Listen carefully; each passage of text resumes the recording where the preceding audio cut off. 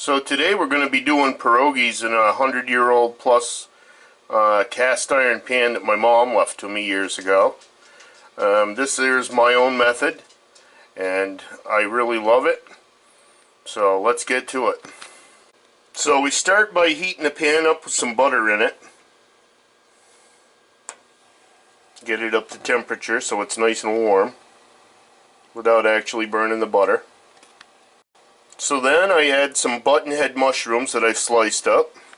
I let those kind of sit in the butter as the butter melts. Then I get some store-bought pierogies. These here are Popeyes. They're potato, Swiss, and Monterey Jack. So that should be a good combination. I throw the whole pile into the pan. So for any of you that may not know what pierogies are, they're kind of like raviolis stuffed with potato, Monterey Jack, and I guess it's, what? I can't remember. But it's stuffed with some pretty good stuff. It's a Canadian type dish, and it's really good for ice fishing. You can make this, pre-make it, bring it along with you, and heat it up in a frying pan on top of your cooker, inside your shanty, and man, it's a good meal. It's very hearty. The potatoes stick with you. You don't get hungry real quick. You can throw like kielbasa or something like that in it, but we're not going to do that today. We're just going to use mushrooms, onions, and green peppers. So anyway, there's the pierogies added in on top of the mushrooms. So there we go. We've got it all in the pan. The pierogies, mushrooms, green peppers, onions. The green pepper was a large green pepper, and 2 medium-sized onions, only because I didn't have a large one. And we've got it at low heat, and we're going to cover it with a cast iron cover.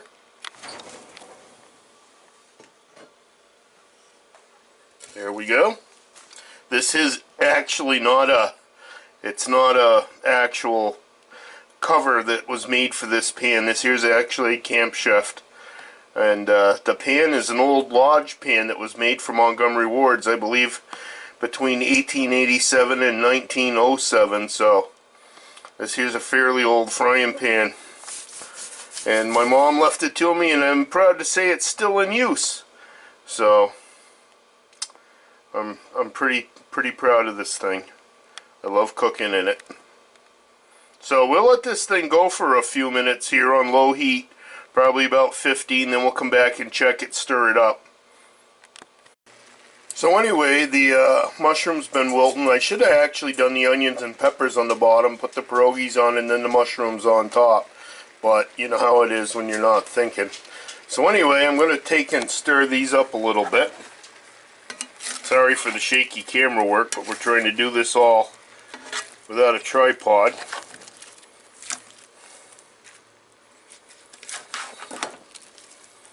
As you can see, the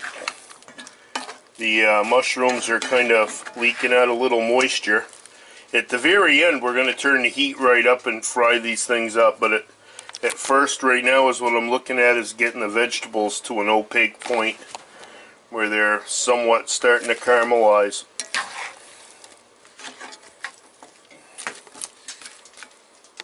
This would probably be good, you know, to think of it right now. It would probably be really good if you take and put like shaved steak in with it too, and made it into like a pierogi steak bomb. I just thought of that. That sounds really good. Well, anyway, we're going to put the cover back on, and we'll rejoin you when we have more to show. So I've turned it up to a little bit higher heat. It's more of a medium heat than a medium low. And I've kind of stirred the peppers down. Everything's starting to cook. The pierogies are thawed. In a little bit, once most of this moisture's gone, I'll add a little bit more butter, and then we'll turn it up on high and kind of crisp everything up. Or a medium high, actually. We'll kind of judge it. We'll eyeball it. Okay, we're to the point where you can start to hear it sizzle, so you know most of the juices are gone. I'm going to take and put more butter in.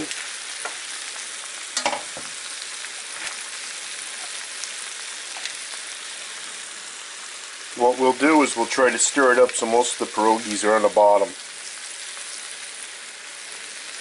I'm going to have this for dinner tonight at work. This isn't going to make it ice fishing. We're going to have to make another batch. Like I say, maybe the next time I'll use sliced kielbasa in it. That'll add some flavor.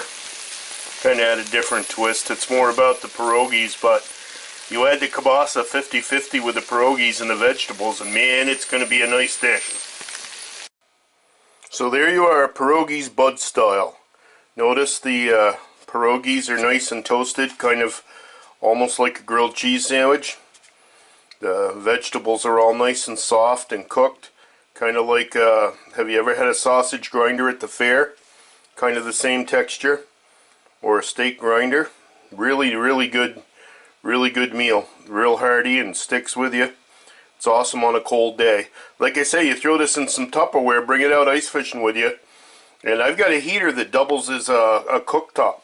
And I'm going to just bring it out, throw it in a frying pan, and fry it back up, heat it up, and that'll be that. So, well, I hope you enjoy this recipe. I hope you try it out. It's really good.